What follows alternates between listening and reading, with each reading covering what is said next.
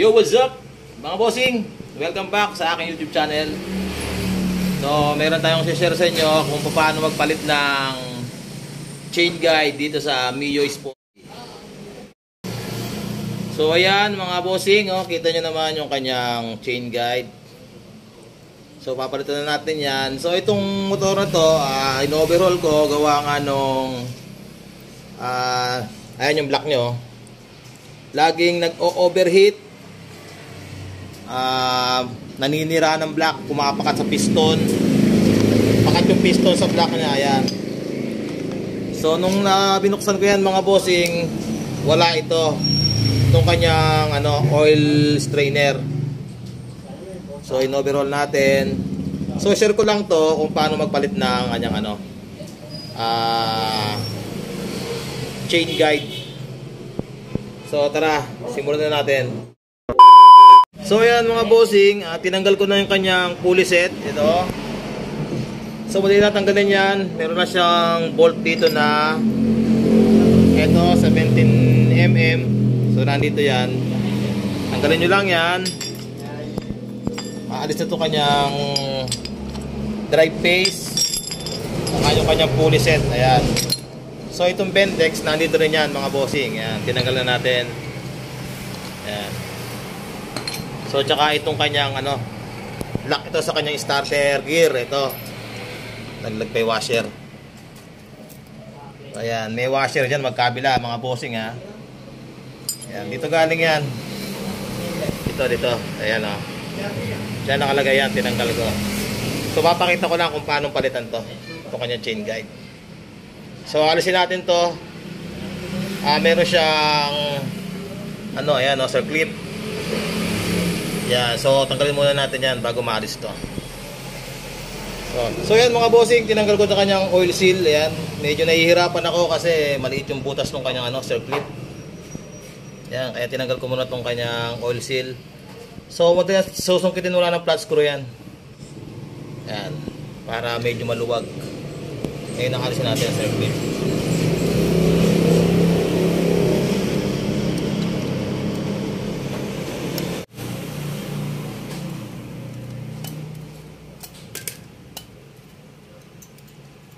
So ayan mga bossing, natanggal ko na. So ayan, pwede nang alisin to. So pag tanggal ito mga bossing, medyo matigas na konti, sungkit-sungkitin nyo lang. Lalabas din yan.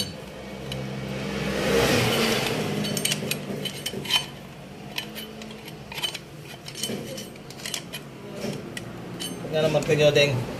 Cheng, ayun ko na.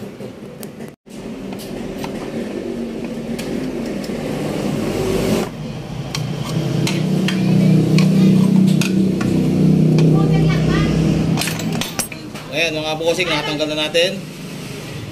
Ayan. So ito mga bossing, ang tatanggalin natin yan. Ito yung pinaka ito, ayan. Itong bolt na to. Gamit lang tayo ng Allen wrench. Yan yung pinaka nito. Tornilyo. So gamit tayo ng Allen wrench. Gamit tayo ng mga boss, ng Allen wrench. Ayan.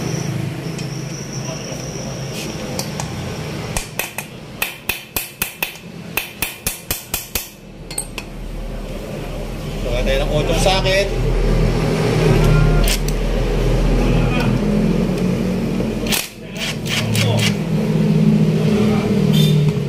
Ayan mga bossing, natanggalan natin So yan, mahuhugot nyo ngayon yan. Ayan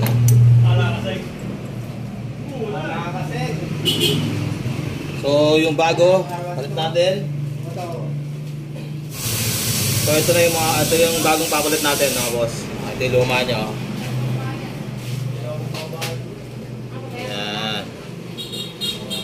So ganun lang.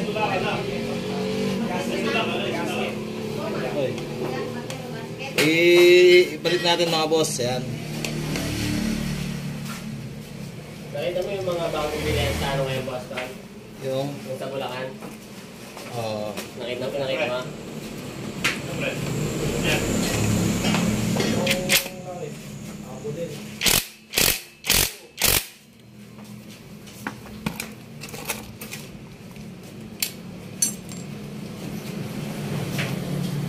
So yun mga boss, napalitan na natin ng bagong chain guide. Ito na.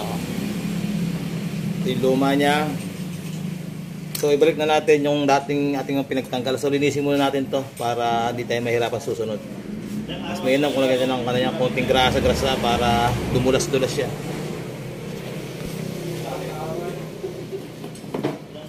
So ito yung kapares niya. Oh. So ito madali lang na may kabit to.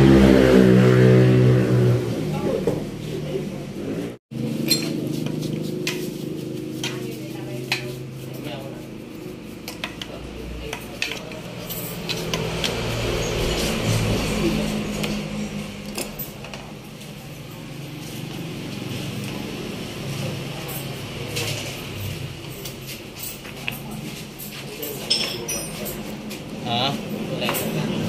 Diyan sa tindahan.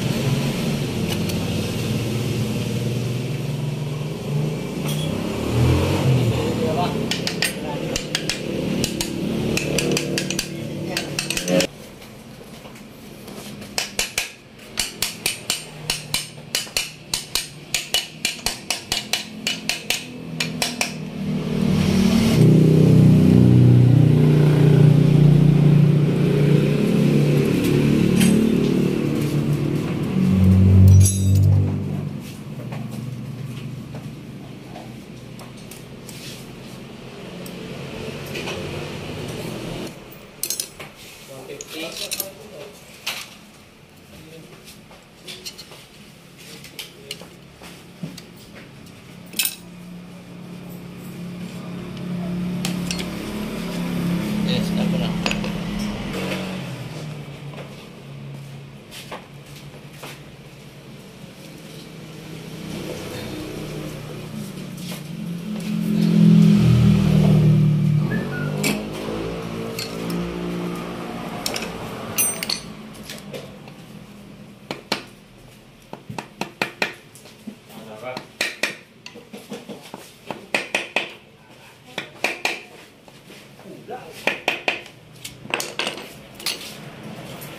So yan mga boss, nakikibit na natin lahat. Ito na yung kanyang oil seal. Yan, bago na yung kanyang chain guide. So isunod na natin yung pulley set, tsaka ito kanyang bendex. Ayan o. So dito yan. Susunod yung pulley set. Ayan, ganyan na siya mga bossing. Tapos itong kanyang starter gear, ayan, magkabilaan yung washer. Dito lang yung kakabit dyan mga bossing.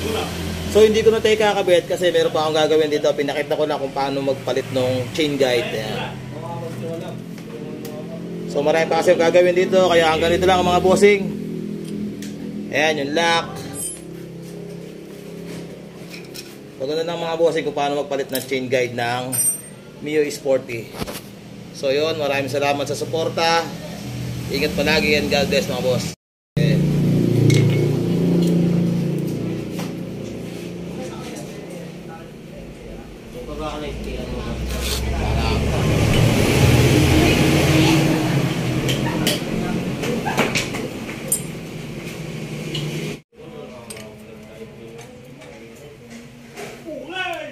Hindi mo kasi muna tinaas yung bike mo.